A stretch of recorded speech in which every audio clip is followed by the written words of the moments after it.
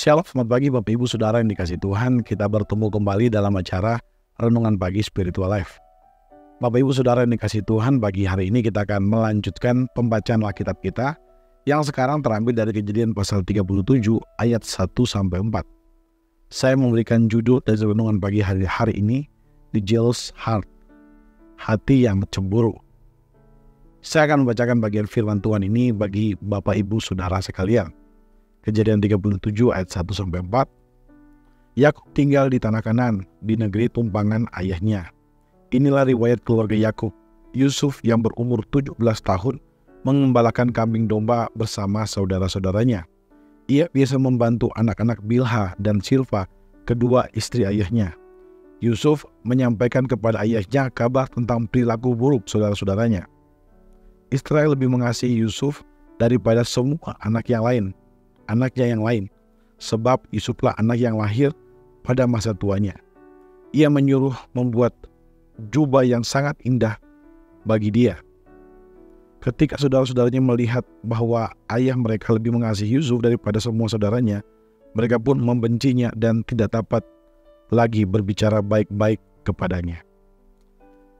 Bapak Ibu Saudara yang dikasihi Tuhan, di dalam pembacaan firman Tuhan yang baru saja kita bacakan ini merupakan kisah awal dari kehidupan Yusuf. Di dalam kisah ini diceritakan bahwa Yusuf tinggal di tanah Kanaan bersama dengan orang tuanya yaitu Yakub, dan dia juga mengembalakan kambing domba bersama saudara-saudaranya. Tapi kita juga melihat di situ bahwa Yusuf mendapat perlakuan istimewa dari Yakub. Di sini ditunjukkan bahwa Yusuf seringkali dikatakan di sana bahwa ia menyuruh atau Yakub menyuruh membuat jubah yang sangat indah bagi dia. Jubah yang sangat indah ini menunjukkan kemewahan dan juga menunjukkan kasih dari Yakub kepada Yusuf. Nah, saudara, perlakuan istimewa yang dilakukan oleh Yakub terhadap Yusuf ini membuat cemburu saudara-saudaranya yang lain. Dan kita akan lihat nanti bahwa cemburu itu nantinya berubah menjadi kebencian dan juga rencana untuk membunuh Yusuf. Saudara, rasa cemburu ini bukan cuma rasa cemburu biasa, iri hati biasa, atau karena mereka tidak nyaman dengan apa yang Yakub lakukan. Tapi lebih daripada itu, mereka dikatakan dalam ayat 4, mereka tidak bisa lagi berbicara baik-baik dengan Yusuf. Kalau kita lihat di sini, cemburu atau iri hati itu sudah berubah menjadi kebencian, dan kemudian kebencian itu juga sudah berubah atau diekspresikan dengan sikap kasar atau berbicara kasar. Nah, berbicara kasar di sini bukan hanya menekankan gaya bicara mereka, tapi juga menekankan upaya mereka untuk menyakiti Yusuf secara verbal. Nah, saudara, kalau kita lihat di sini, anak-anak dari Yakub, mereka tidak berusaha memahami sikap Yakub. Mengapa Yakub mengasihi Yusuf berbeda dengan mereka? Memang kalau kita lihat ya, kita mempelajari di situ ada banyak ada satu alasan yang dijelaskan di situ, yaitu karena Yusuf lahir di masa tua. Nah, saudara, fakta ini sebenarnya menjelaskan banyak hal. Pertama, Yusuf adalah anak dari Rahel. Rahel adalah wanita yang dicintai oleh Yakub. Dan Yakub pada awal pernikahan dia memang mau menikahi Rahel, bukan Lea.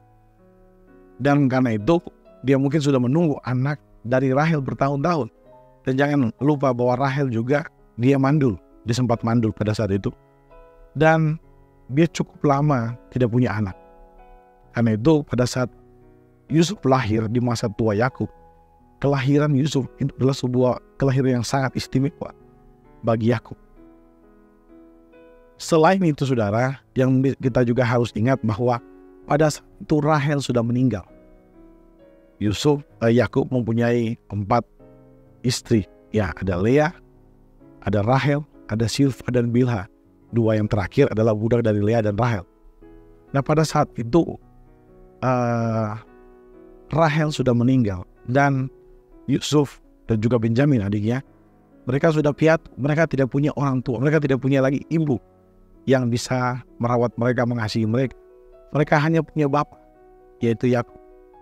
Dan karena itu tidak heran kalau Yakub mengasihi mereka lebih daripada anak-anak yang lain, karena anak-anak yang lain masih punya ibunya untuk mengasihi mereka. Nah, saudara, kalau kita melihat latar belakang ini, kita bisa mengerti bagaimana Yakub sangat mengasihi Yusuf dan juga nanti juga Benyamin. Saudara-saudara Yusuf tidak mau memahami alasan itu. Mereka tidak peduli dengan perasaan atau kenapa Yakub lakukan hal itu. Yang mereka peduli adalah perasaan mereka daripada perasaan ayahnya, yaitu Yakub. Saudara, dari kisah ini kita lihat bahwa rasa cemburu itu berakar pada egoisme, sikap mementingkan diri sendiri, merasa berhak untuk dihormati, merasa berhak untuk dikasihi tanpa mencoba memahami situasi orang lain. Dan saudara, di dalam hidup yang kita hadapi ini, kita selalu berhadapan dengan situasi di mana kita harus menghadapi kenyataan bahwa kita tidak menjadi orang yang istimewa. Kita mungkin dalam pekerjaan kita, di perusahaan atau di tempat kerja kita menemukan ada rekan kerja yang bersama-sama kerja dengan kita, masuk bersama-sama dengan kita, tapi tiba-tiba dia dipromosikan. Pangkatnya mungkin untuk jabatannya lebih tinggi daripada kita. Kalau kita mudah sekali untuk cemburu, maka hal ini akan menjadi bencana bagi kita. Atau mungkin kalau saudara yang berdagang, toko lain itu mungkin menjualkan barang yang sama di tempat yang kurang lebih tidak berbeda dengan saudara, tapi kenapa tokonya lebih laris daripada saudara? Atau teman saudara yang mahasiswa atau mungkin siswa yang sedang mau kuliah, teman kalian yang kalian tahu sebenarnya nilainya tidak begitu tinggi-tinggi banget, tapi dia diterima di universitas favorit dan kalian tidak diterima di situ. Atau mungkin kalian sedang kuliah, teman kalian lulus ujian atau mungkin lulus kuliah dengan cum laude, sedangkan kalian ya lulus rata-rata saja begitu. Nah saudara, kalau kita melihat situasi-situasi ini, kita menemukan bahwa di dalam hidup ini kita tidak selalu menjadi yang favorit. Nah, situasi-situasi yang berbahagia ini dan penuh berkat ini akan menjadi malapetaka bagi orang yang mudah iri hati. Ia akan terancam dengan keberhasilan orang lain. Ia tidak dapat dengan tulus mengucapkan selamat kepada orang lain. Dia tidak bisa mengambil bahagian di dalam kebahagiaan orang lain. Karena keberhasilan orang lain pada dasarnya merupakan ancaman bagi dirinya. Biasanya orang-orang seperti ini, dia biasa mengekspresikan perasaan-perasaan mereka. Bisa saja dia bisa membenci ya kalau dia tidak menangani rasa iri hati itu dengan benar. Lama-lama iri hati itu bisa lahir menjadi kebencian. Dia mungkin tidak suka dengan teman yang berhasil itu. Dia mungkin berkata-kata ketus atau sinis terhadap teman-teman itu. Atau juga dia bisa memfitnah teman itu. Dan dia bisa berlaku kasar kepada orang itu. Nah saudara, karena itu iri hati itu sangat berbahaya. Sebagai orang Kristen kita belajar untuk menjaga batin kita dari sikap iri hati ini.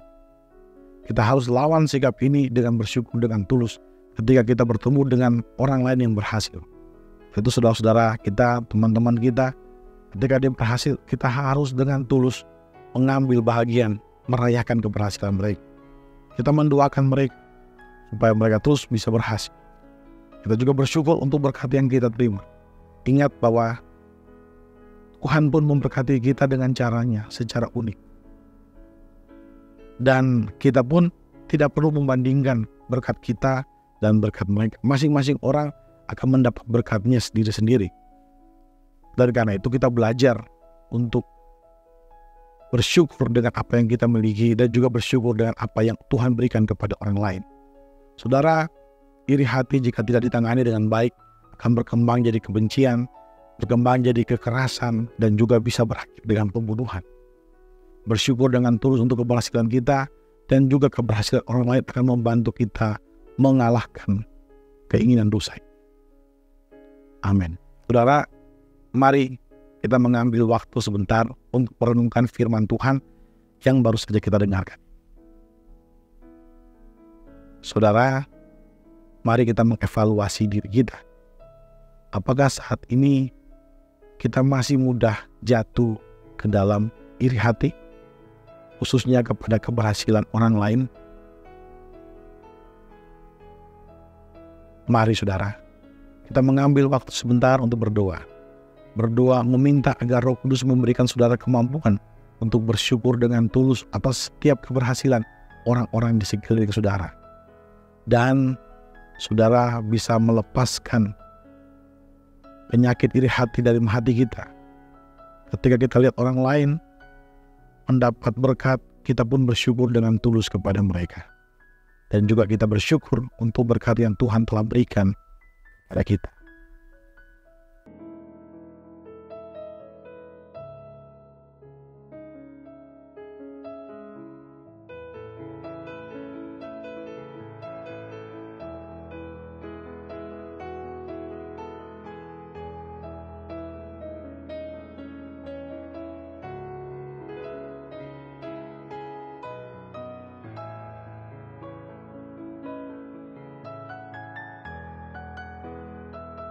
Saudara, mari bersyukur dengan tulus untuk keberhasilan orang-orang di sekeliling kita.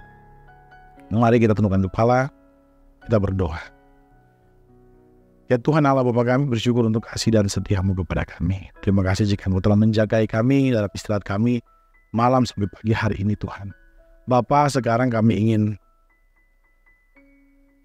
melanjutkan aktivitas kami Tuhan, dan kami juga bersyukur buat firman-Mu Tuhan, yang pagi hari ini sudah mengajarkan kami tentang bahaya iri hati, bagaimana kami harus menghandle-nya, bagaimana kami harus menanganinya, dan belajar untuk mengerti orang lain, sehingga kami tidak mudah jatuh ke dalam iri hati dan kebencian yang dapat saja membawa kami ke dalam kekerasan kepada orang lain.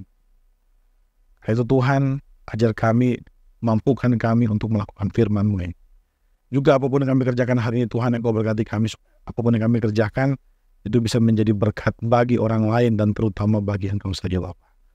Terima kasih Tuhan. Di dalam nama Tuhan Yesus berdoa dan bersyukur. Haleluya. Amin.